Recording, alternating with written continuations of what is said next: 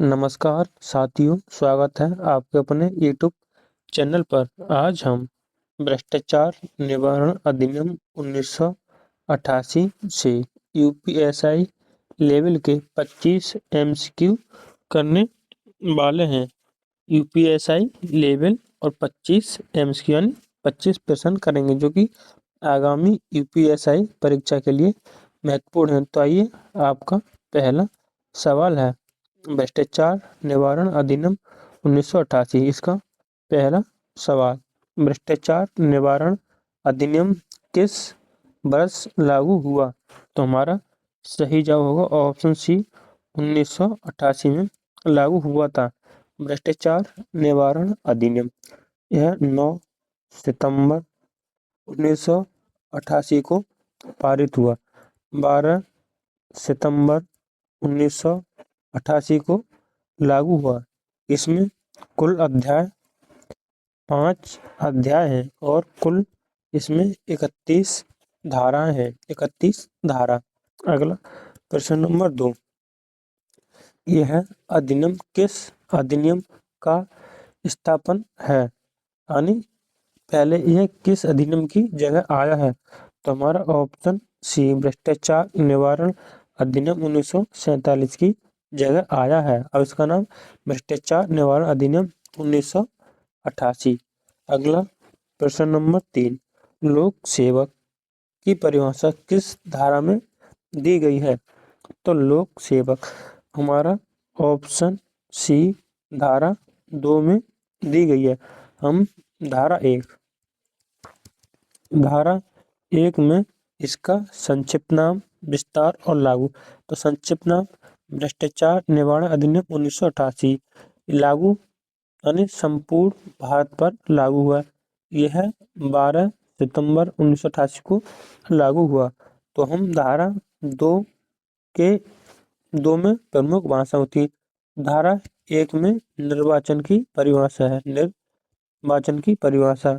धारा 2 के 2 में लोक कर्तव्य की परिभाषा।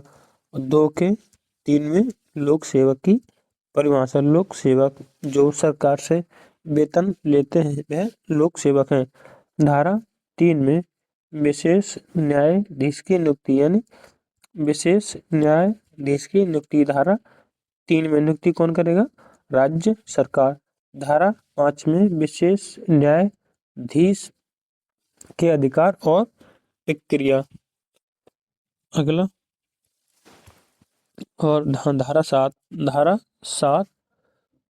में अपराध नहीं, भ्रष्टाचार यानी रिश्वत लेने के संबंध में, रिश्वत लेने के संबंध में धारा 7 बता दी, 2 बता दी, 5 बता दी, 3 और धारा 8 रिश्वत देने से संबंधित है। रिश्वत देने से संबंधित, तो इसका हमारा ऑप्शन बी उसका सही आंसर था। अगला, रिश्वत लेना किस धारा के अंतर्गत अपराध है? तो मैंने अभी बताया धारा 7, यानी हमारा ऑप्शन इसका बी सही है। रिश्वत लेना धारा 7 के तहत। धारा 8 के तहत रिश्वत देने से संबंधित है। धारा 5 बता दी मैंने, यानी विशेष न्यायाधीश के अधिकार और प्रक्रिया। धारा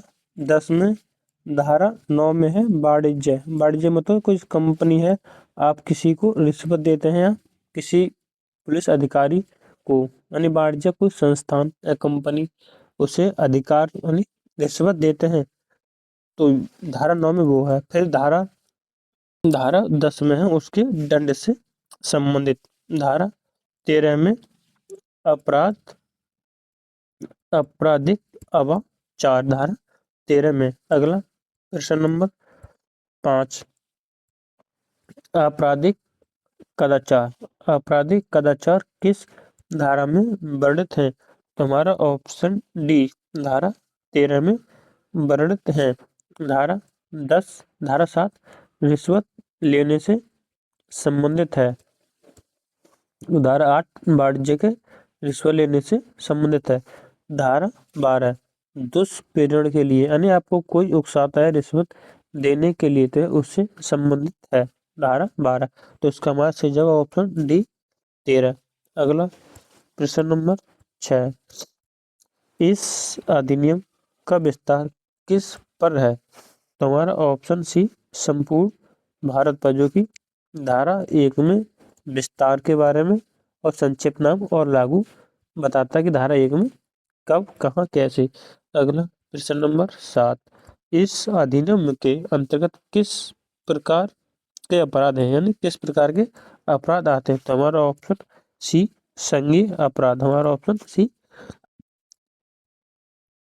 प्रश्न नंबर 8, भ्रष्टाचार के मामलों की सुनवाई कौन करता है? यानी धारा 3 के अंतर्गत विशेष न्यायाधीशों की नियुक्ति, धारा 5 के अंतर्गत विशेष न्यायाधीशों के अधिकार और प्रक्रिया। तो इसमें विशेष न्यायाधीश भ्रष्टाचार के मामले में सुनवाई करेंगे, यानी हमारा ऑप्शन इसका सी सही। अगला प्रश्न नंबर 9, अभियोजन के लिए पूर्व स्वीकृति कौन करता है? पूर्व स्वीकृति कौन देता है? तो हमारा ऑप्शन सी सक्षम प्राधिकारी, सक्षम प्राधिकारी, हमारा ऑप्शन इसका सी सही। अगला प्रश्न नंबर 10, दोष सिद्ध दोष सिद्ध होने पर दंड क्या है? तो कारावास और जुर्माना दोनों, हमारा ऑप्शन सी कारावास और जुर्माना दोनों होते हैं दंड सिद्ध होने पर। अगला प्रश्न नंबर 11, लोक सेवक द्वारा रिश्वत मांगना क्या है? क्या है? वैध, ये नहीं। अनुशासनात्मक दोष, ये भी नहीं। आपराधिक अपराध, आपराधिक अपराध है किसी लोक सेवक द्वारा रिश्वत मांगने से। तो हमारा ऑप्शन सी सही जवाब। अगला प्रश्न नंबर 12, रिश्वत देने वाला व्यक्ति भी दोषी होता है? तो हमारा ऑप्शन होगा हाँ, रिश्वत देने वाला भी दोषी होता है। धारा 8, धारा 8 में है। अगला प्रश्न नंबर 13, विशेष न्यायाधीशों की नियुक्ति कौन करता है?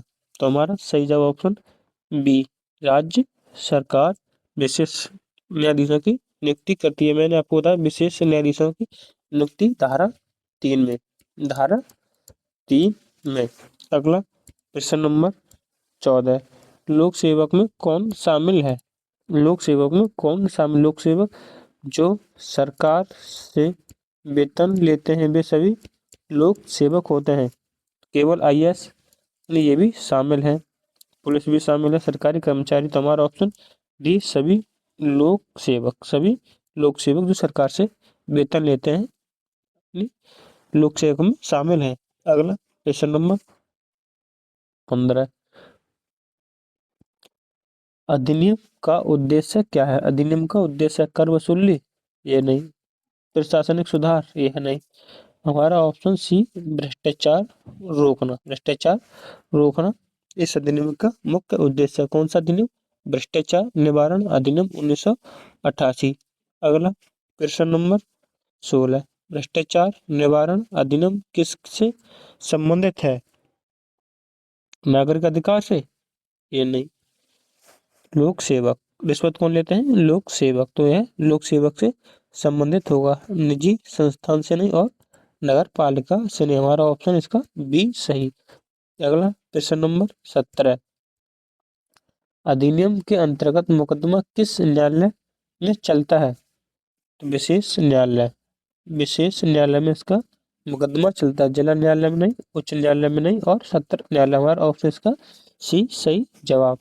अगला प्रश्न नंबर 18, रिश्वत लेना किस प्रकार का अपराध है?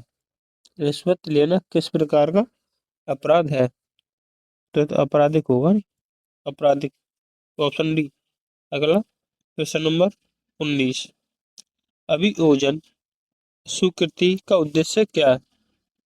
केस बढ़ाना, यानी फालतू मुकदमा रोकना। हमारा ऑप्शन इसका सही जवाब ऑप्शन बी। अगला प्रश्न नंबर 20, यह अधिनियम किस पर लागू नहीं होता है? लोक सेवक, लोक सेवक पर लागू होता है क्योंकि यह रिश्वत लेते हैं। सरकारी कर्मचारी, इन पे भी लागू होता है। सरकारी अधिकारी, इन पे भी लागू होता है। लागू नहीं होता है तो हमारा ऑप्शन सी निजी नागरिक पर लागू नहीं होता। हमारा ऑप्शन सी। अगला प्रश्न नंबर 21, इस अधिनियम का अंग्रेजी नाम क्या है? तो प्रोविजन ऑफ करप्शन एक्ट 1988। इस अधिनियम का अंग्रेजी में पूरा नाम है। हमारा ऑप्शन इसका बी सही है, ऑप्शन बी। अगला प्रश्न नंबर 22, रिश्वत की मांग करना क्या है? अवैध है। अवैध यानी आप रिश्वत किसी से नहीं ले सकते, तो रिश्वत लेना धारा 7 से संबंधित है, धारा 7। अगला प्रश्न नंबर 23, इस अधिनियम के तहत सजा में क्या शामिल हो सकता है?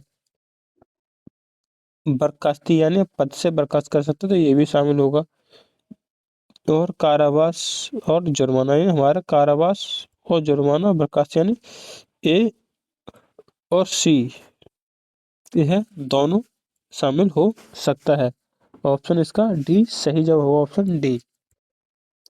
विशेष न्यायाधीश किसके अधीन कार्य करते हैं? राज्य सरकार, उच्च न्यायालय, केंद्र सरकार, राष्ट्रपति। तो हमारा ऑप्शन सी उच्च न्यायालय। उच्च न्यायालय के विशेष न्यायाधीश इसके अधीन कार्य करते हैं, उच्च न्यायालय के अधीन कार्य करते हैं। तो हमारा ऑप्शन इसका बी सही। अगला प्रश्न नंबर 25, यूपीएसआई परीक्षा में यह टॉपिक किस विषय में आता है? इतिहास में नहीं, भूगोल में नहीं। हमारा ऑप्शन सी भारतीय कानून के अंतर्गत आता है। अगर आपको हमारी यह मूल विधि के कितने 25 सवाल किए, किसके एम 25 एम्स की भ्रष्टाचार निवारण अधिनियम 1988 है। अगर आपको हमारी यह क्लास पसंद आई हो तो हमारे चैनल को जरूर सब्सक्राइब और वीडियो को जरूर लाइक